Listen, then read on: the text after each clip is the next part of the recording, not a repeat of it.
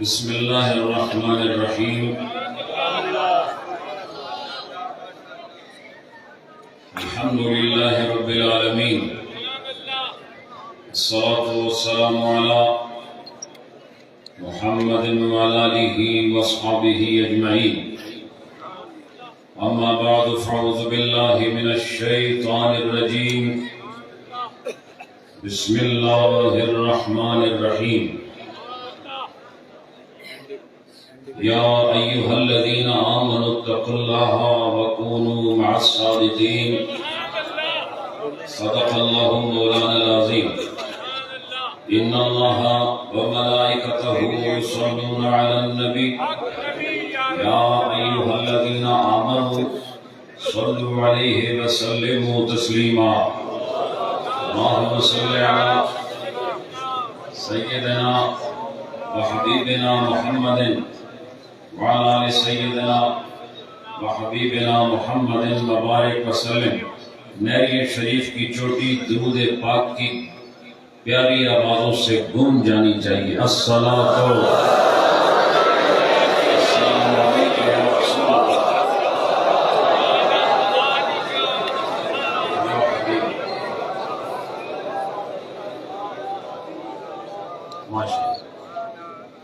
وقت بہت مختصر ہے،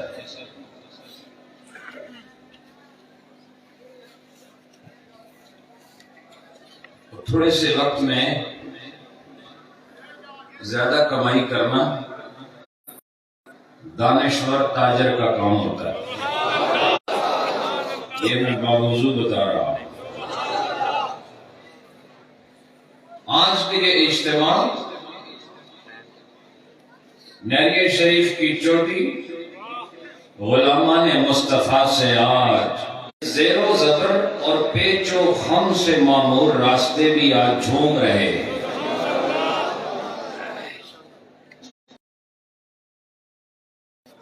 اور آج جس طرح نیریہ شریف کی سرزمین پر آپ لوگوں کی وجہ سے رونق ہے، ایک سطح ہے، سطح کی رونق نظر، لیکن ایک سطح سے تھوڑا نیچے بھی رونقوں کا ایک جشن نظر آ رہا ہے۔ یا اگر یوں کہوں کہ وہ سرے زمین سے نیچے رہ کر کا زمانہ جبکہ میں نہیں تھا اس وقت، لیکن آج لگ رہا ہے اس جسم کے ساتھ تو نہیں تھا، لیکن یہ منظر مجھے آج وہی منظر بھی دکھا رہا ہے۔ پہاڑ کی چوٹی سے لے کر نیریہ شریف کے آستانے کے دامن تک آج مخلوقی پر صاحبانے گفتگو اور صاحبانے کلام ہم نوا نہیں تھا، کوئی ذکر کے ساتھ ذکر کرنے والا نہیں تھا، لیکن یاد رکھو آج نیریہ شریف سے لا الہ الا اللہ کا ترانہ جو مشرق و مغرب میں گونج رہا ہے کہ آستانے کا سٹیج سیاست کا محتاج نہیں ہو، بلکہ سیاسی سٹیج اور ہوتے ہیں اور اللہ کی صدا لگانے والوں کے سٹیج۔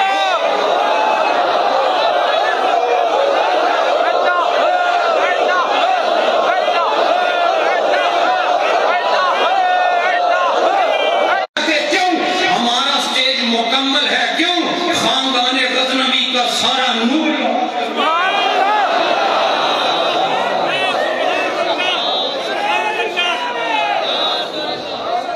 حضرات، اگر ہم بھی لوگ تو امامت بڑے پاس بھی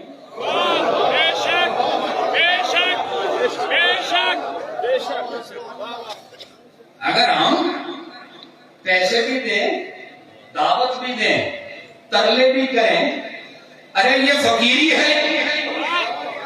سب سے لے کر ایوان تجارت، ایوان صنعت تک یاد رکھو، یہ جو چند قلندر تمہارے سامنے بیٹھے ہیں، یہ کاسہ گدائی لے کر پر نظر نہیں آئیں گے۔ اس لیے ہم کہتے ہیں ہمیں تمہاری احتیاج نہیں، ہاں اگر تجھے دعا چاہیے آ جا یہاں، تیری دنیا بھی ٹھیک ہو جائے گی۔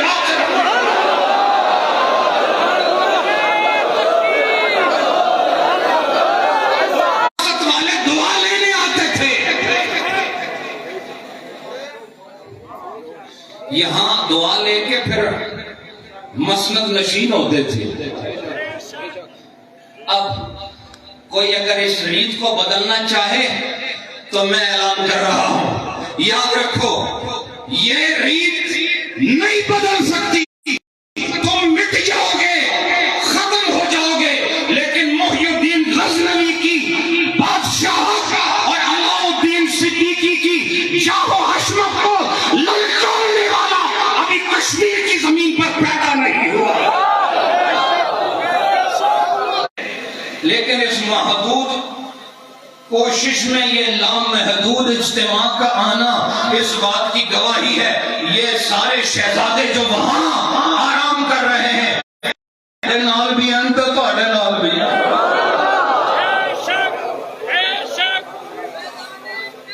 حضرات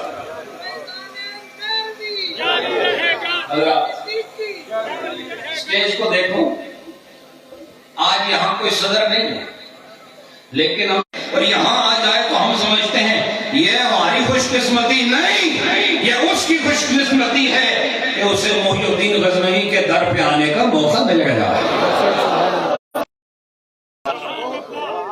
اسٹیج دیکھ لیں آپ، یہ کن لوگوں سے آج بھرا ہوا ہے؟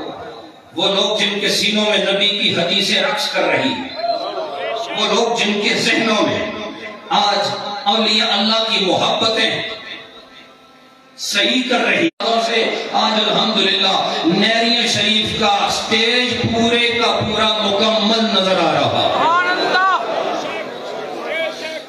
حضرت قبلہ پیر فضل ربانی زاہدی کا تاج ہے ہمارے خاندان میں، رتبے کے لحاظ سے، عمر کے لحاظ سے، تجربے کے لحاظ سے، دورے کے لحاظ سے اور دعاؤں کے لحاظ سے، تبلیغ و واعظ کے لحاظ سے اس وقت خاندان کے ایک کونے سے لے کر دوسرے کونے، اگر پیسوں سے زیادہ نشین مرکزی بن جائے آدمی تو پھر کوئی امیر آدمی تلاش کرو کشمیر کا۔ لیکن یہ دولت سے نہیں بلکہ مرتبے، خصلت، عادت اور اللہ کی دی ہوئی پاکیزہ عادات کے نتیجے میں اللہ جسے چن لیتا ہے اسے مرکزیت عطا فرماتا ہے۔ خوبصورت اجتماع دیکھ کر ان سے بھی نہ رہا گیا کہ یہ پیاسے خالی نہ جائیں، محبت کے جام پیتے جائیں۔ اور پھر اس خاندان کے افق پر چمکنے والا سورج جسے شمس العارفین کہتے ہیں، جو نیریہ شریف کا وہ نمائندہ ہے جہاں جائے پیر بھی سناتا ہے، محی الدین کا فیض بھی عام کر رہا، جنہیں محی الدین غزنوی کی گود میں لیٹنے کا موقع ملا اور جنہیں علاؤ الدین صدیقی کے زیر سایہ پروان چڑھنے کا موقع ملا ہے۔ اللہ نے یہ ساری شخصیات قبلہ آستانہ عالیہ ہری پور شریف سجادہ نشین آپ بھی تشریف لائے، اور میاں محمد بخش صاحب کی روح آج جو خوش ہو رہی ہے، ان کا کلام لوگ پڑھیں اس سے بھی وہ خوش ہوتی ہے کہ میرا فیض دبا نہیں بلکہ اچھل اچھل کے سینوں میں پھر داخل ہو رہا۔ لیکن خوشی کی حد نہیں ہوتی جب اپنی نسل میں کوئی اس فیض کو تقسیم کرنے والا بیدار ہو جائے، اور یہ بیداری ہم صاحبزادہ عدل کو ملحوظ رکھا گیا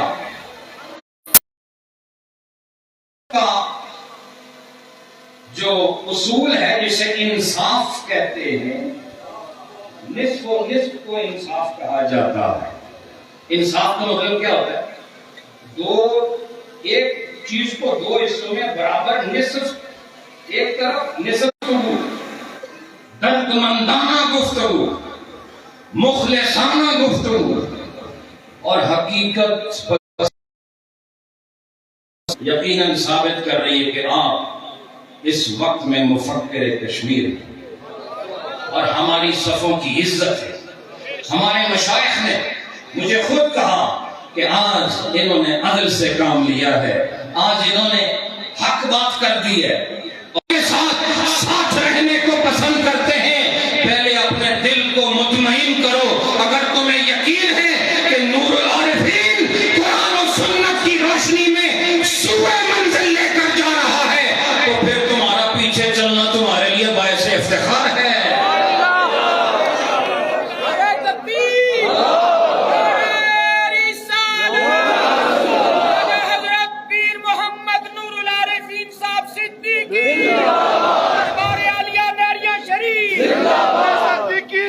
اور اگر ایسا نہیں تو پھر میرے پیچھے چلے تو تم گناہگار ہو جاؤ گے۔ تو یہ ثابت کر رہا ہے کہ مجھے جم گھٹے سے پیار نہیں، مجھے جماعت بنانے سے پیار نہیں، ہاں لیکن جس طرح حضرت حسین کو سمجھانے والے بہت تھے، مت جانا، کٹ جاؤ گے، نہ نکلنا، دنیا چھوڑ دو گے، کنبہ لٹ جائے گا، علی اصغر و علی اکبر جیسے قربان ہو جائیں گے، لیکن فرمایا نہیں، جو مسند مجھے خدا نے دی ہے میں اسے نہیں چھوڑ سکتا ہوں۔ اس لیے میں یہ سب کو بتا دینا چاہتا ہوں، اے نیریہ شریف سے تعلق رکھنے والے، امریکہ میں رہتے ہو یا برطانیہ میں رہتے ہو، عرب کی زمین پر رہتے ہو یا عجم میں رہتے ہو، مجھے یہ حق کہ میں شیخ العالم کی مسند پر متمکن ہو جاؤں، یہ مجھے خلیفوں نے نہیں دیا، میرے پیر نے مجھے خود عطا فرمایا۔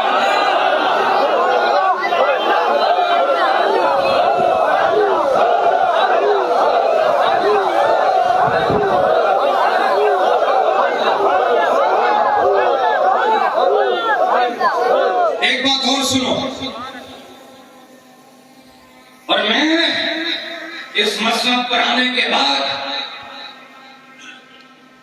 میں نے اس مسند کے تقاضوں کو پورا کرنے کی کوشش کی ہے۔ یہ نہیں کہ میں تقاضے پورے کر لیے، میں نے کوشش کی ہے۔ اور ڈاکٹر صاحب آپ کے ساتھ ہماری گفتگو ہوئی تھی، اس اسٹیج پر بھی ہم نے کہا تھا کہ ایک روٹھا ہوا اگر اسٹیج پر سر پہ چڑھ کے خود اپنا قد بلند کرنا یہ جاہلوں کا کام ہوتا ہے۔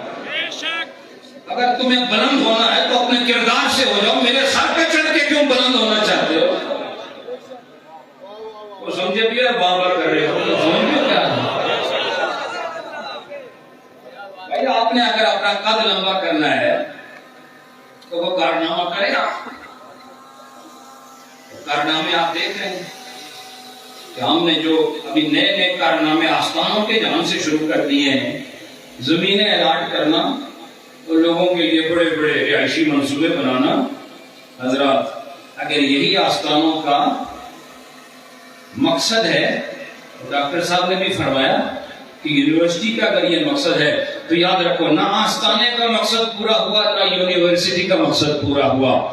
آج غریب کے بچے قطار میں لگے، غربا آج میڈیکل کالج کے دروازے پر دستک دے رہے ہیں، یہ لاکھوں روپے کی فیس دینے کی اہلیت نہ رکھنے والے۔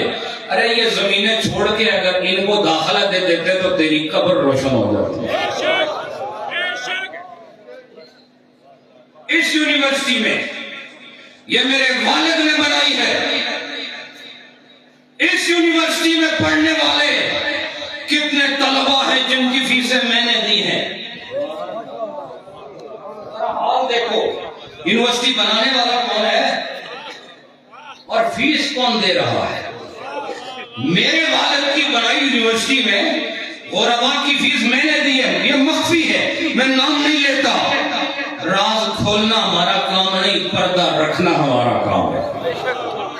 حضرات میں یہ کہنا چاہتا ہوں، پھر کہہ رہا ہوں، پھر یہ کہہ رہا ہوں، اس سٹیج پر بلا کر دیکھو ہم ڈائریکٹ بات کر رہے ہیں، اپنے بھائی سے کر رہے ہیں.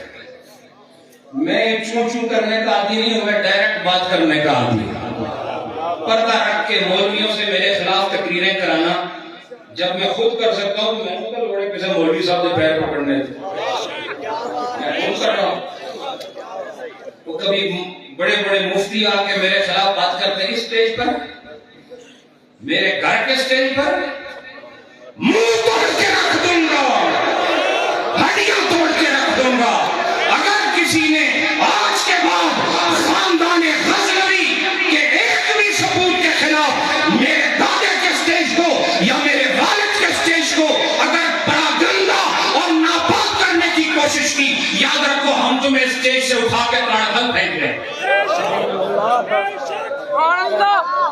ہم دیکھتے ہیں آج کے بعد ہمارے گھر کے سٹیج پر کون بکواس کرتا ہے. ہاں اگر کوئی ہمارا اپنا بکواس کرتا ہے تو وہ کرے، ہمیں اس سے اعتراض نہیں. اب ہماری گفتگو پہ وہ بکواس ہی کہہ رہے ہوں گے، لیکن ہم کہہ رہے ہیں اگر میں اپنے بھائی سے کچھ کہتا ہوں یا اپنے بھتیجے سے کچھ کہتا ہوں یا اپنے چچا زاد بھائیوں سے کچھ کہتا ہوں تو یہ رشتہ داری ہے، اس میں چلتا ہے. یہ باقی یہ منہ سڑے لوگوں کے کیا ہے، اس حیثیت ہے نہیں. وہ اگر کوئی بڑے بڑے عہدوں کے مالک ہیں تو اپنے گھر میں ہوں گے، یہ میرا گھر ہے. اور آج کے بعد یاد رکھو یہ تھوڑا بھی گھر ہے. اس گھر کی عزت پر تم نے پہرے داری کرنی ہے. اور میں ڈاکٹر صاحب کو کہتا ہوں آپ اس سلسلے کو آگے بڑھائیں، درمیان میں نہ حضرت صاحب کو رکھیں نہ ہمارے یہ مشائخ کو رکھیں، درمیان میں آپ خدا کا قرآن رکھیں، نبی کا فرمان رکھیں، قانون شریعت کو رکھیں. پھر جو فیصلہ قانون شریعت کرتی ہے ڈاکٹر صاحب آپ فیصلہ کرنا. میں اپنے چاچوں کی طرف سے، اپنے اکابرین، اپنے سرپرستوں کی طرف سے گارنٹی دیتا ہوں، کیونکہ آپ نے تدبر والی گفتگو کی تو میں بھی چاہتا ہوں تدبر کا جواب تدبر سے نہیں سمجھے. اس لیے آپ کو وزیر صاحب آئے کسی کے ہاتھ میں نعرے لگائیں، کوئی مشیر صاحب آئے کسی کے ہاتھ میں نعرے لگائیں، یہ آستانوں کا وقار نہیں ہے. اگر کوئی صاحب عزت و شرف کسی کو اللہ نے وزارت دی ہے، وزارت عظمیٰ دی ہے، صدارت دی ہے، اگر وہ یہاں آتا ہے انشاءاللہ ہم اپنے دادے اور اپنے والد کا سبق نہیں بھولے، ہم میزبانی کا حق ادا کریں. حضرات تقریر میں کیا کروں اس کے بعد؟ میں نے کہا تھا سچے نال ہو جاؤ، سچے نال ہو جاؤ. اللہ نے فرمایا سچے نال ہو جاؤ. کیوں کہ جنہوں نے جھوٹ دی عادت ہے سچے نال ہو گئے تو وہ بھی سچے ہو جا سکتے. نہیں سمجھے؟ جو ترش ہے میٹھوں کے ساتھ رہے تو ایک دن میٹھا ہو ہی جائے گا. وہ بڑا مشہور ضرب المثل ہے کہ خربوزے کو دیکھ کر، ہاں اتنا تو تمہیں بھی پتا ہے ماشاءاللہ، چونکہ ذکر خربوزے کا جو ہو گیا کھانے پینے کے کام ماہر ہے. تو اگر خربوزے کو پڑتا ہے تو یاد رکھو کامل کی صحبت میں جب ناقص بیٹھتا ہے تو یہ ناقص بھی رنگ پکڑ کے کامل ہو جاتا ہے.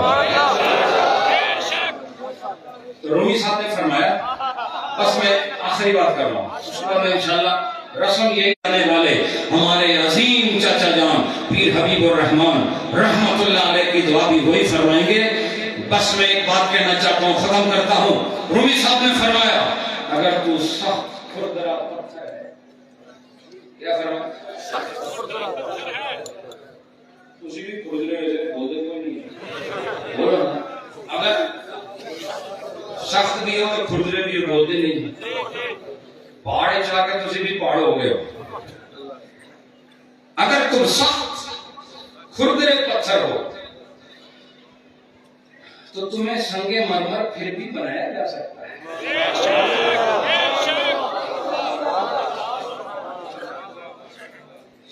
پتھر ہو، بدنما بھی ہو، سخت پتھر بدنما ہی ہوتے، راستوں میں پڑے ہوتے، لیکن سنگ مرمر کو بڑی احتیاط سے لایا جاتا ہے، ٹوٹ نہ جائے، اور پھر گھر کی زینت بنایا جاتا ہے۔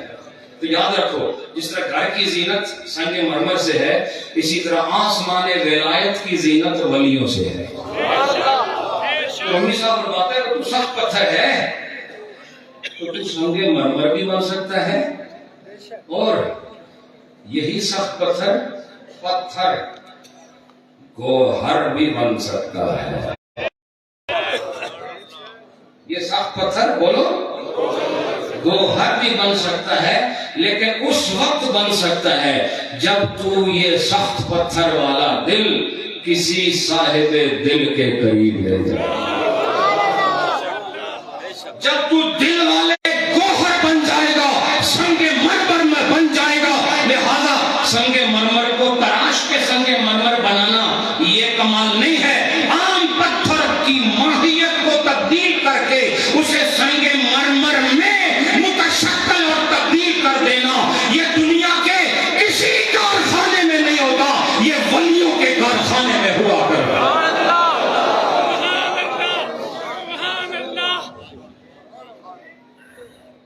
تو رومی صاحب نے فرمایا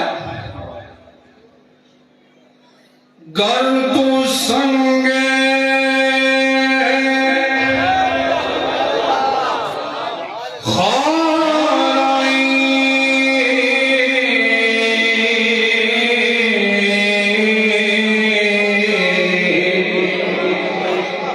مرمر شوی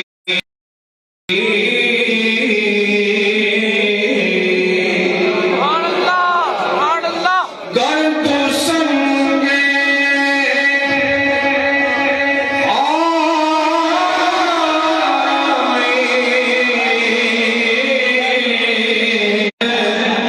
دل رسی کو ہر شوی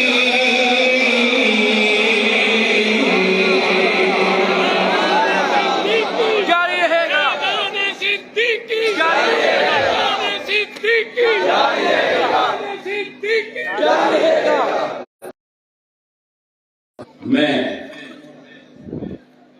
علاقے والے برادری والے جنہوں نے ہمارے ساتھ تعاون کیا ان کا ممنون ہوں، جن کو صحیح طریقے سے ہم دعوت بھی نہیں دے سکے اس طرح، ہم ان کے ممنون ہیں، وہ پھر بھی یہاں ڈیوٹی کر رہے ہیں۔